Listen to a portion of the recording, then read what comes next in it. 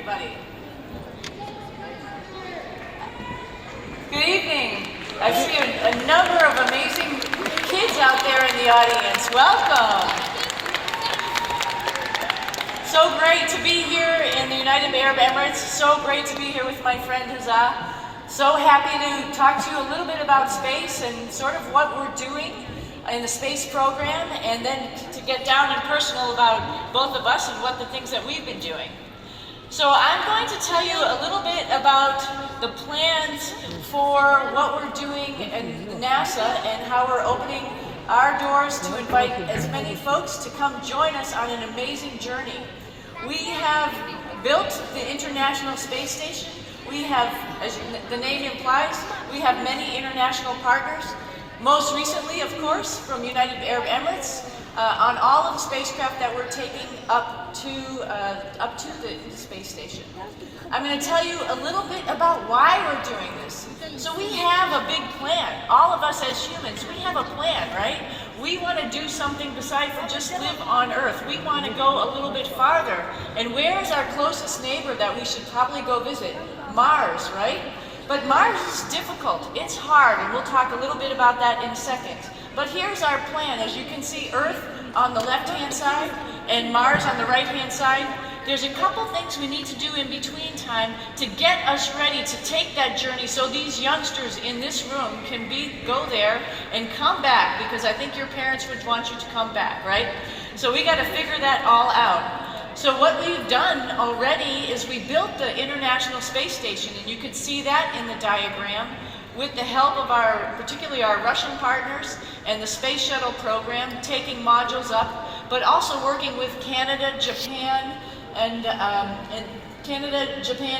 Europe to have astronauts live and work on there while we were building it. And now we've opened it up for more and more, invited more and more people like Hazza to come join us on the space station. I think he's going to tell you a little bit more about that. But also in this diagram, you can see the moon on the bottom. The moon is a natural stepping stone. We need to be able to go back to the moon, live there sustainably, so then we can understand, learn to take those next steps as we go to Mars. So how are we doing this, all of this?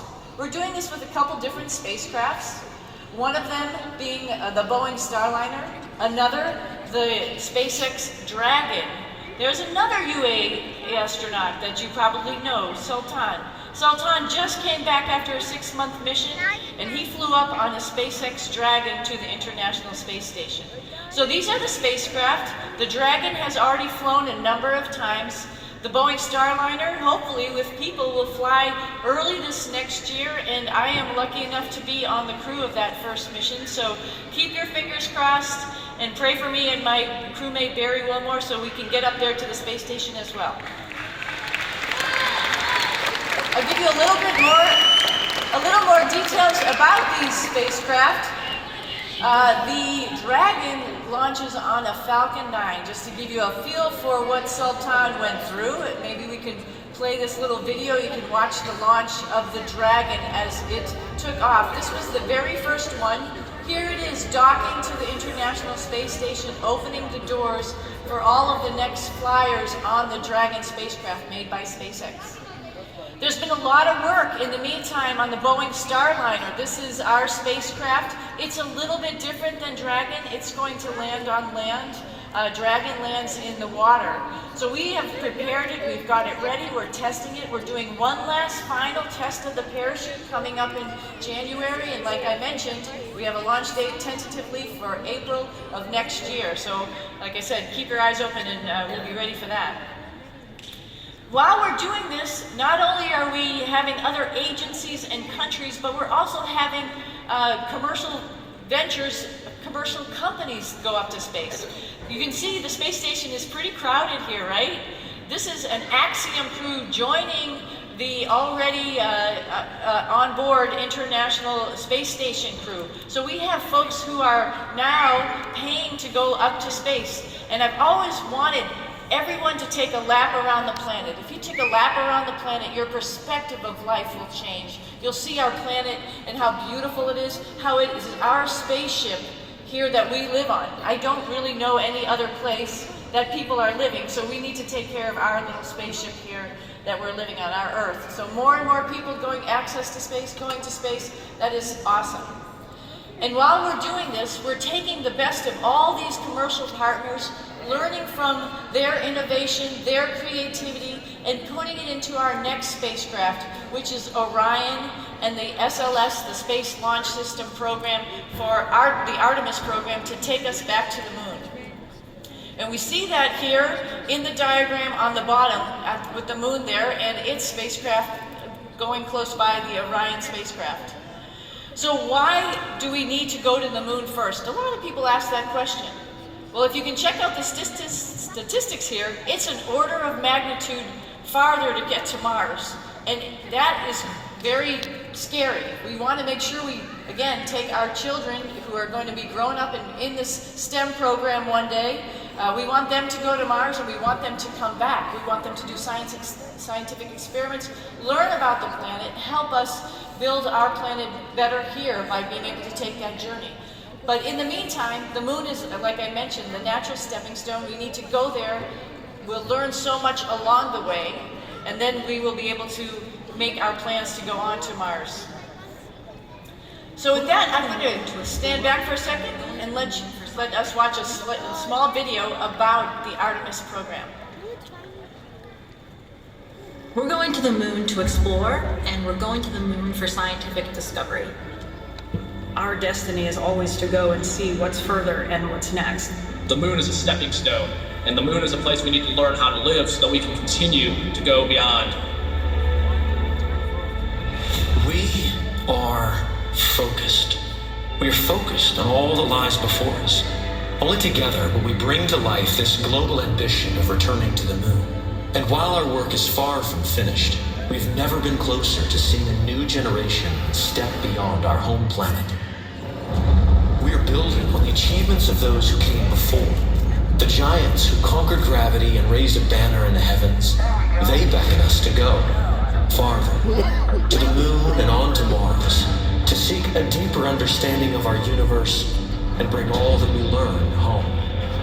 The daily efforts of thousands of suppliers from all across this country and around the world fed into stunning milestones and laid the groundwork for history.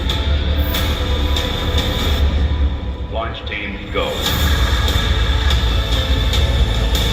Artemis has been woven into our culture. It has fostered collaboration across the aisles and across the ponds. It has grown beyond plans and preparations to include hardware and software. And now, it has a heartbeat.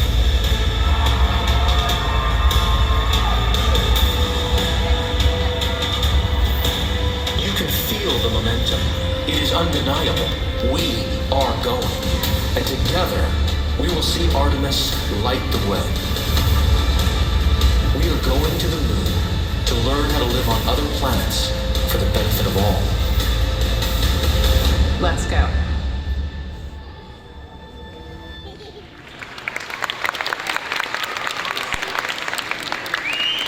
I'm not sure if you saw, because it was really quick, that new class, the newest class that we have. There are 2 Emiratis in that class too.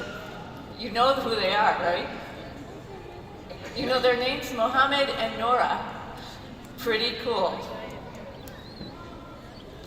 Oops, let's go on. So let me talk to you real quickly about how we're getting there, how we're actually doing this. Artemis 1 launched last year. So we've already actually launched an Orion spacecraft on a Space Launch System rocket.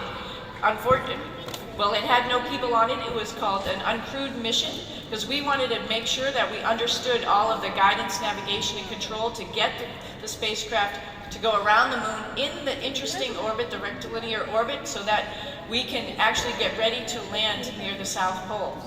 We have assigned the crew of the Artemis 2 mission, and that's the first Artemis mission that's going to actually have people on it, which will take that same journey. They'll take a look at the landing spot, as a matter of fact. That is going to be spectacular. A couple years later, we're going to have Artemis 3, where we'll have the first woman and the next man to put their steps on the moon. It's going to be super exciting. Get ready for that. Follow on to that, we have also contracted with other companies SpaceX again, and Blue Origin to be part of the human landing system. These rockets will launch to the moon. It's a little bit crazy, the system that they've come up. We'll actually have tankers in space, getting them ready to go and land on the moon. Sounds a little impossible, doesn't it? We'll also build another space station in the proximity of the moon. This space station will allow us direct access, easy, quick access to the moon. But I'll just tell you, when I first came to NASA about 20 years ago, in front of us was this crazy plan of how to put the space station together. But we did it. In 10 years, we did it. I couldn't believe it. I thought for sure this is just a fiction, it'll never happen. But we actually did it, and we're working and living on the International Space Station. There's no doubt in my mind that we are going to be working and living on the moon in the next 10 to 15 years. With that, I would just like to say thank you for this presentation. I hope that it has shown you that there is so much more going on, and there is amazing potential for all of the children here in the audience, and we are looking forward to having as many people work with us on all of these adventures, because it's in the human heart, our exploration. Thank you.